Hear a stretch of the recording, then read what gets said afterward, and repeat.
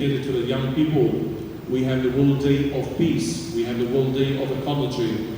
And Pope Francis, 3 years ago, by the grace of God, wanted to institute on this Sunday, the 31st Sunday of Ordinary Time before the Feast of Christ the King, he wanted to institute the World Day of the Poor.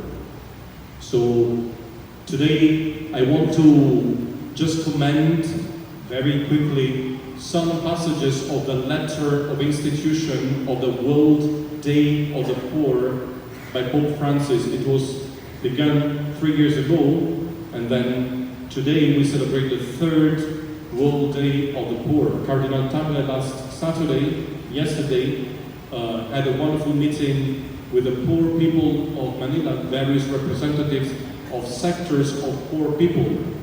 He had a dialogue with some of them. One was a young boy who was put in prison because he was caught in a kidnapping operation.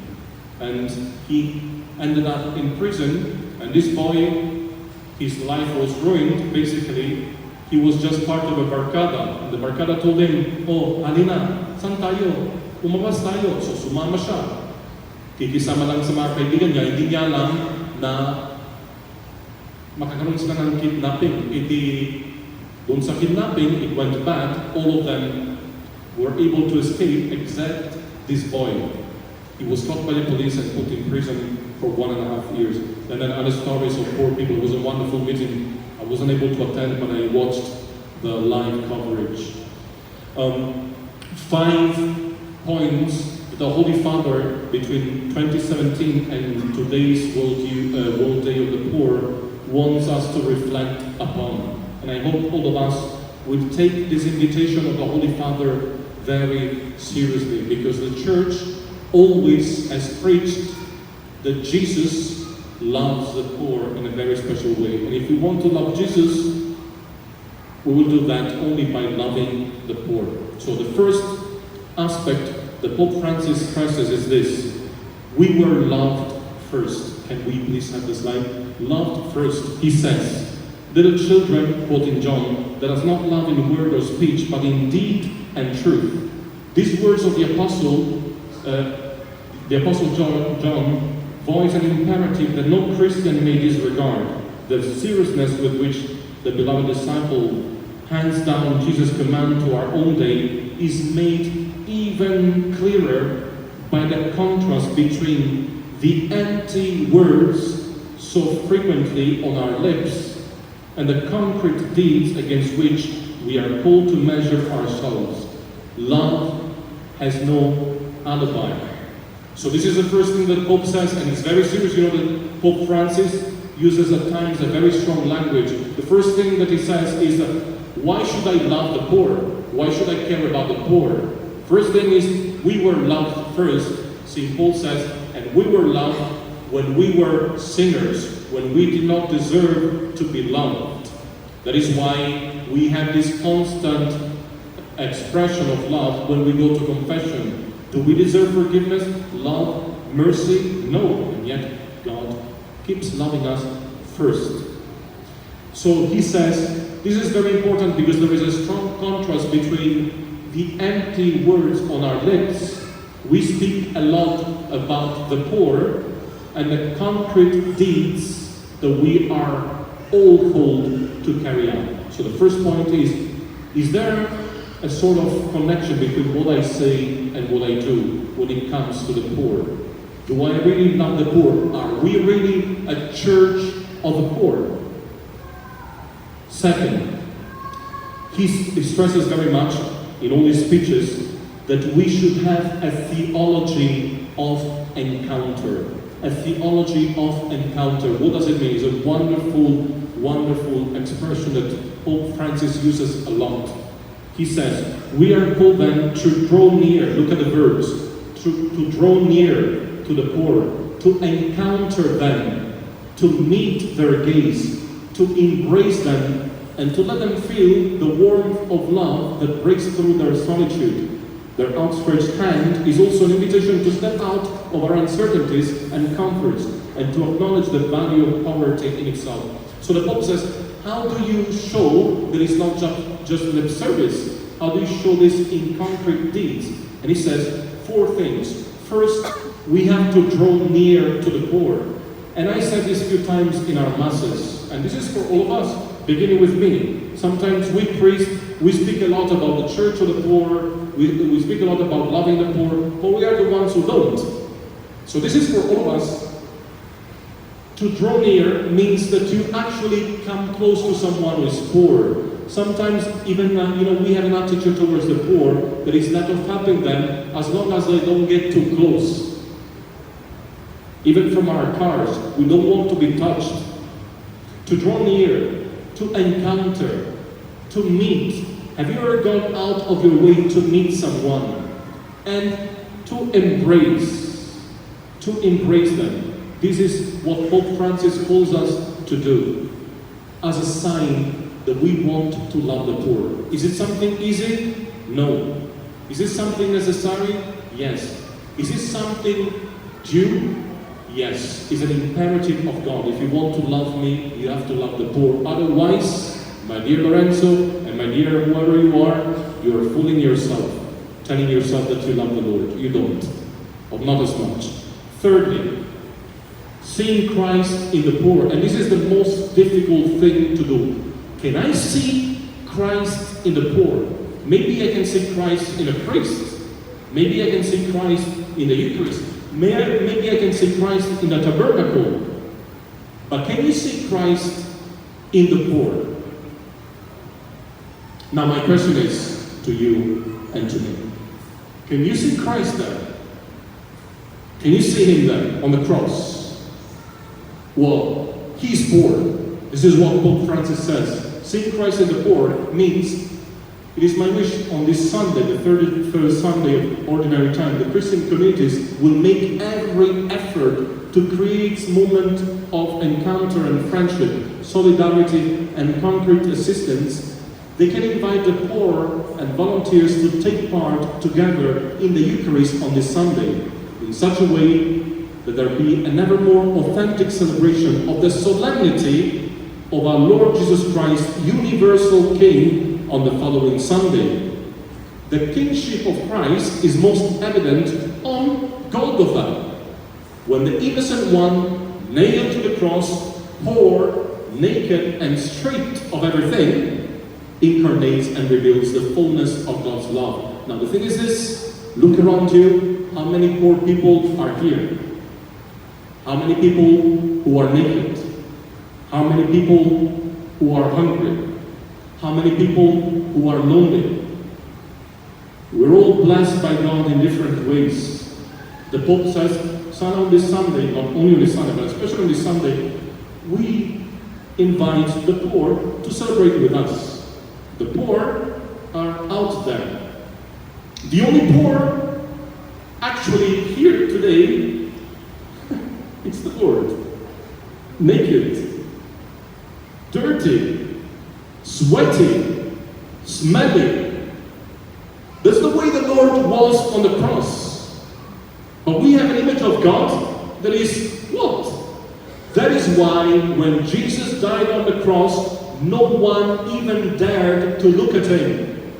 Says Isaiah, so much appalling and disgusting was his appearance that people turned away their face. Turned away their face not to look at him. And this is what we do with the poor. St. John Chrysostom, a great father of the church, says, be careful to worship Jesus in church, on the altar and in the cross, and not recognize him alive in the poor outside the door of a church. Fourth, constant and loving commitment. The involvement of Christians in the whole day of the poor, and especially in the events of everyday life, goes beyond initiatives of assistance. Praiseworthy and necessary as the latter may be, they should have the goal of encouraging in everyone a greater concern for individuals in any kind of distress. Living attentiveness is the beginning of true concern, says Evangelii Gaudium, for the poor and the promotion of their genuine welfare. Hope is also communicated by the sense of fulfillment, born of accompanying the poor, not for a brief moment of enthusiasm, but through a constant commitment over time. How do you love your children? Do you love them once? Do you feed them once when they're a baby? Or your baby is always your baby? Mom, I'm not a baby anymore. You are to me. Mom, I am 45. Doesn't matter, you're still my baby. Halika, baby. Diba? Your baby is your baby. Why? Because there is constant love towards him, towards her. Doesn't matter if he's 1 month old, 3 years old, 50 years old, still your baby. Why? What does it make the difference? The difference is made by the fact that there is constant care and commitment over time to love that person.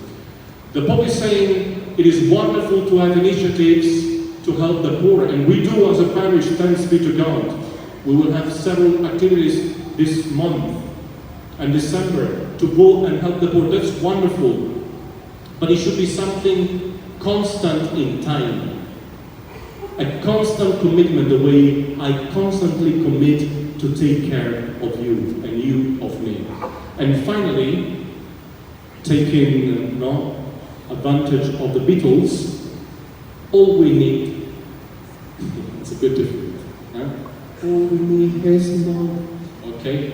All of us need the love of God. And the Pope says something beautiful. He says, certainly, the poor, because when we speak about the poor, we always think that the poor are taking advantage of us. Father, may nagka-sindikato yun, hindi mo alam. Mamaya, nakita ko, pagkatapos nangingi ng pera sa'yo, tatabi na sila.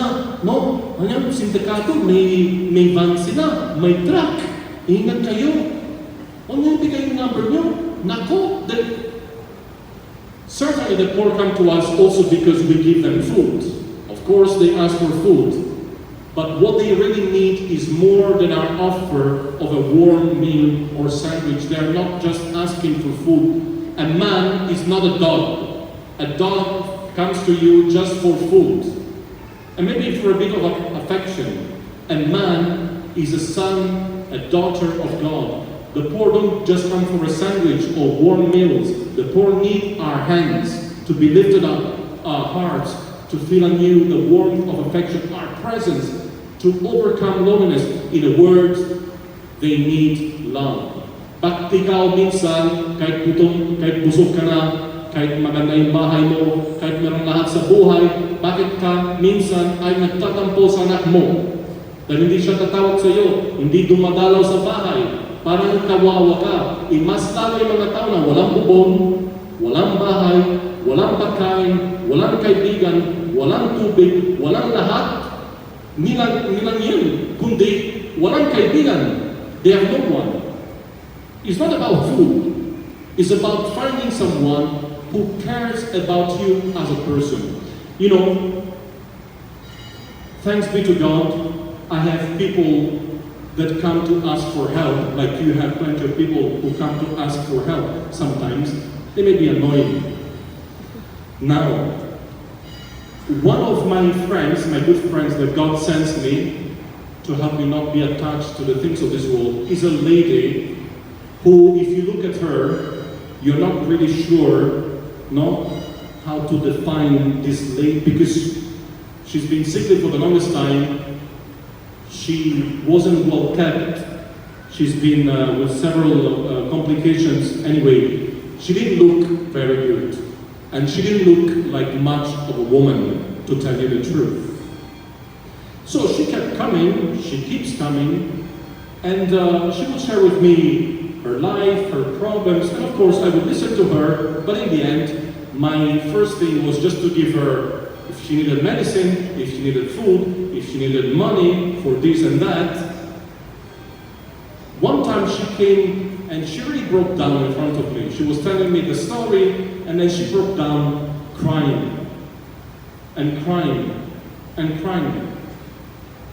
And the only thing I could do, I told myself, it's useless that you tell her about Jesus, that God loves her. She doesn't need that now. She doesn't need your preaching now. That's good for nothing. Shut up. She's crying. She's afraid. She's lonely. Embrace her. And I really embraced her tight. And we stayed like that for a time. She was crying on my shoulder, and she was crying and crying and crying and crying. And it was interesting, because after this time, she came again, and I embraced her again, even though she wasn't crying, and again. And after a while, two things happened. The first one is that she doesn't come as much to ask, but just to see me, to be with me. There is someone who takes a bit of interest in her. As a woman. As a woman. She's a woman. Someone looks at her as a woman. And the second thing, which is even more beautiful, and is not just about giving things to people, but to show love, is that she became very, very pretty. Love changes. May sound effect.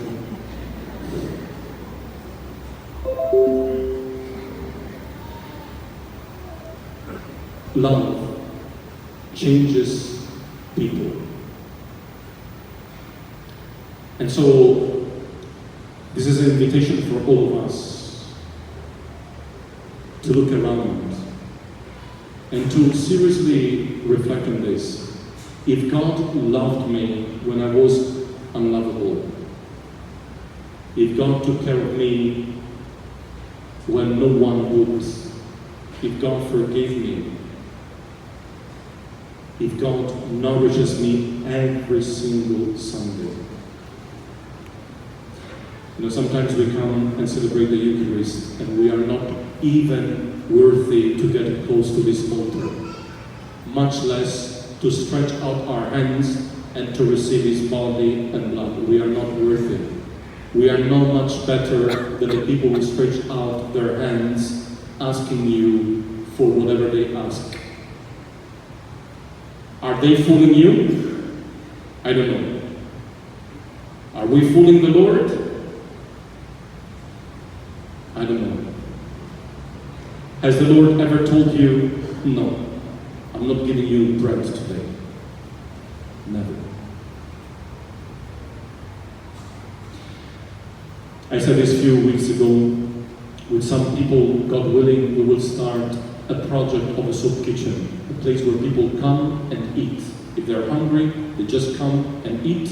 If they're in need of a shower, we give them a clean shower, clean clothes. Hopefully soon we'll begin. If you're interested to do something more than just giving once in a while, but to constantly show love to people, once a month, once a year, once a week, you just let me know. You can leave your number to the parish office, or if you have my number, you can just text me directly, and we do this together. Let us reflect a moment on this. Do I really love that man, that naked man, the poor man, the dirty man, in the people I see right after this Mass on my way? And if not, who should I go to receive?